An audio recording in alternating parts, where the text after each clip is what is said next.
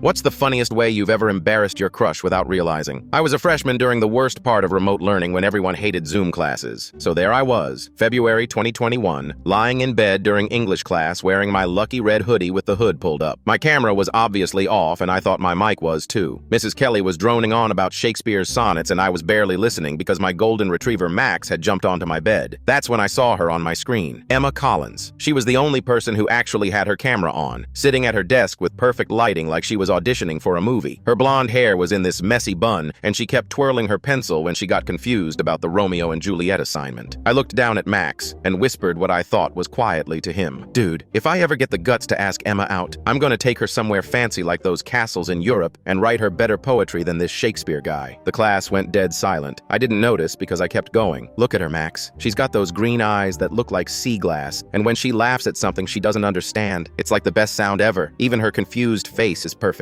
Then I heard Mrs. Kelly clear her throat. Liam, your microphone is unmuted, sweetheart. My heart literally stopped. I fumbled for my laptop so fast I nearly threw Max off the bed, but the damage was done. I could see little chat messages popping up from my classmates. Jake wrote BRO with crying, laughing emojis. My friend Tyler just sent skull emojis. But then Emma, still on camera, covered her mouth and started giggling. Not mean laughing, actually giggling. She looked right at the camera and said, "That's honestly the sweetest thing anyone's ever said about me. And I love castles." The entire class lost it. Everyone was unmuting themselves, laughing and cheering. Mrs. Kelly was trying to get control back, but even she was smiling. I wanted to disappear into my mattress and never come out. From that moment, I became known as Castle Boy. My friends started texting me crown emojis and calling me Prince Liam. The drama teacher, Mr. Foster, actually approached me the next week asking if I wanted to audition for the spring play as a romantic lead. Even worse, Emma's best friend started an Instagram account called Max the Wingman, with pictures of my dog that somehow got 200 followers. I tried to play it cool for the next 2 weeks of remote learning, but inside I was dying every time I saw Emma's face on my screen. She'd wave at me when I joined class and I'd wave back, but my palms would get sweaty just seeing her smile. The real test came when our school finally reopened for hybrid classes in March. I had to face her in person. I spent 30 minutes that morning trying to fix my hair and changed shirts twice. I was convinced she'd either ignore me completely or laugh in my face when she saw me in real life. First period was English, and I walked in expecting to sit in the back corner and hide. But Emma was already there, and when she saw me, she pointed to the empty desk right next to hers. My legs felt like jelly walking over. I sat down and tried to act normal, pulling out my notebook and avoiding eye contact. Then she leaned over and whispered, "So about that castle wedding you mentioned. I'm thinking somewhere in Ireland with lots of stained glass windows. What do you think?" I nearly choked on my own spit. "You're not making fun of me?" She shook her head. "I've been waiting 3 weeks for you to actually ask me out, but you keep avoiding me in the hallways." Turns out my most embarrassing moment ever was actually the best thing that happened to me freshman year. We've been dating for 2 years now and she still calls me her castle boy.